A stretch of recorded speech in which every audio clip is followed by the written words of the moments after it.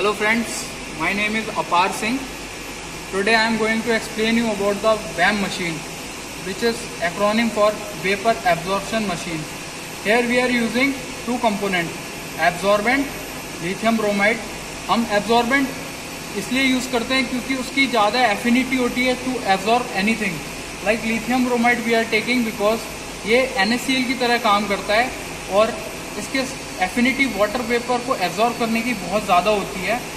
Plus lithium bromide by nature बहुत ज़्यादा corrosive होता है, इसलिए हम इसमें लिथियम मोलिब्डेट ऐड करते हैं so that we can prevent internal metal parts from corrosion. इसमें हम ऑक्टाइल अल्कोहल भी यूज़ करते हैं बिकॉज हम जब इसमें वैक्यूम बनाते हैं to create low pressure so इसमें फोमिंग ना आ जाए. ठीक है, और इसलिए हम ये एब्जॉर्बेंट लेते हैं. इसमें हम लिथियम ब्रोमाइड सॉल्यूशन वैम मशीन जब भी यूज़ करते हैं जब हमें टेम्परेचर 4 डिग्री से ऊपर चाहिए होता है. अगर हमें 0 डिग्री से नीचे टेम्परेचर चाहिए तो हम अमोनियम यूज़ करते हैं एज अ रेफ्रिजरेंट और उसमें वाटर यूज़ करते हैं एब्जॉर्बेंट की जगह. बट यहाँ पे हमें टेम्परेचर चाहिए 4 डिग्री से ऊपर, इसलिए हम absorbent as a lithium bromide use कर रहे हैं और रेफ्रिजरेंट डिस्टिल्ड वाटर. रेफ्रिजरेशन समझने के लिए हमें उसका बारे में पता होना चाहिए.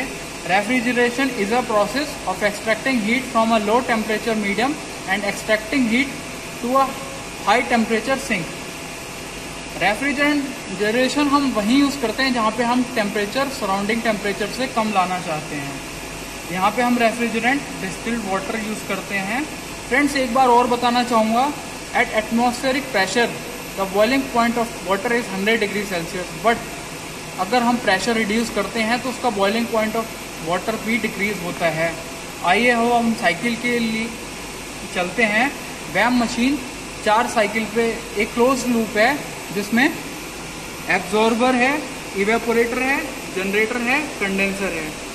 ये दोनों लो प्रेशर साइड होती है. फ्रेंड्स, हम इसमें लो प्रेशर क्रिएट करते हैं with the help of vacuum. अगर हम प्रेशर रिड्यूस करेंगे तो बॉइलिंग पॉइंट ऑफ टेम्परेचर भी हम रिड्यूस कर सकते हैं. सो हम with the help of purge pump we are reducing pressure.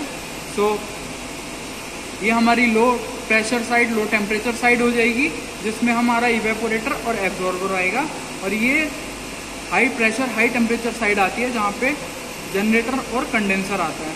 Friends, cycle को समझने से पहले मैं आपको बताना चाहता हूँ heat are of 2 type, sensible heat और लेटेंट हीट. यहाँ पे हम लेटेंट हीट का जिक्र करेंगे क्योंकि यहाँ पे हम फेज चेंज कर रहे हैं. जब भी हम टेम्परेचर बढ़ाते हैं तो जब वो बॉइलिंग पॉइंट पे आता है तो वो फेज चेंज करता है और एक्सट्रैक्ट करता है हीट.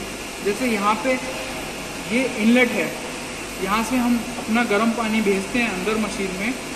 फिर हम यहाँ पे रेफ्रिजरेंट अपना स्प्रे कराते हैं जो कि वाटर है.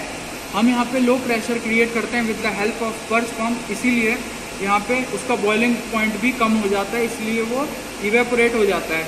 जब वो इवेपोरेट होता है तो वो जो ट्यूब्स में हॉट वाटर सर्कुलेट कर रहा है उसकी हीट एक्सट्रैक्ट करता है और ट्यूब्स में ठंडा पानी क्रिएट हो जाता है, चिल्ड वाटर हो जाता है उसकी हीट एक्सट्रैक्ट करके.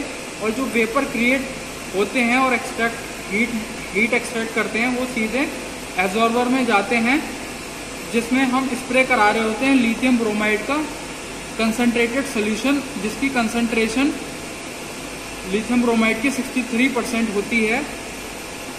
इसकी कैरेक्टरिस्टिक ये है, लिथियम ब्रोमाइड हाई कंसंट्रेशन में होता है तो उसकी वाटर वेपर्स की एब्जॉर्ब करने की पावर बहुत ज़्यादा होती है. और हीट जब ये कंसंट्रेटेड सॉल्यूशन वाटर वेपर के कांटेक्ट में आता है तो ये डाइल्यूट हो जाता है, तो उसका टेम्परेचर बढ़ जाता है.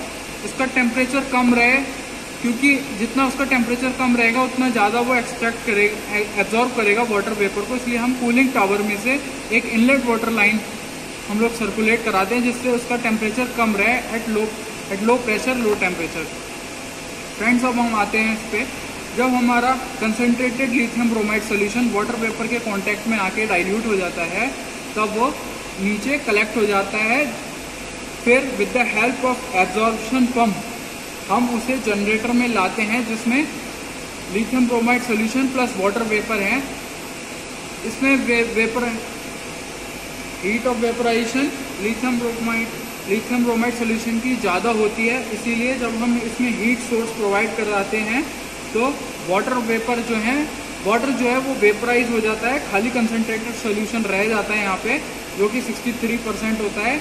फिर ये again we are recirculating lithium bromide solution here, but जो वेपर क्रिएट होते हैं यहाँ पे with the help of heat source can be steam और एनी एग्जॉस्ट गैस और एनीथिंग। तो जो वेपर यहाँ पे फॉर्म होते हैं वो वेपर हम कंडेंसर में भेजते हैं, और जो कूलिंग वाटर ये सर्कुलेट होता है वेपर कूलिंग टावर के कांटेक्ट में आके कंडेंस हो जाते हैं। Condense with the help of gravity वो अगेन इवेपोरेटर में जाते हैं, and with the help of refrigeration pump we are circulating this water. That's it friends. Any query then please comment in my channel.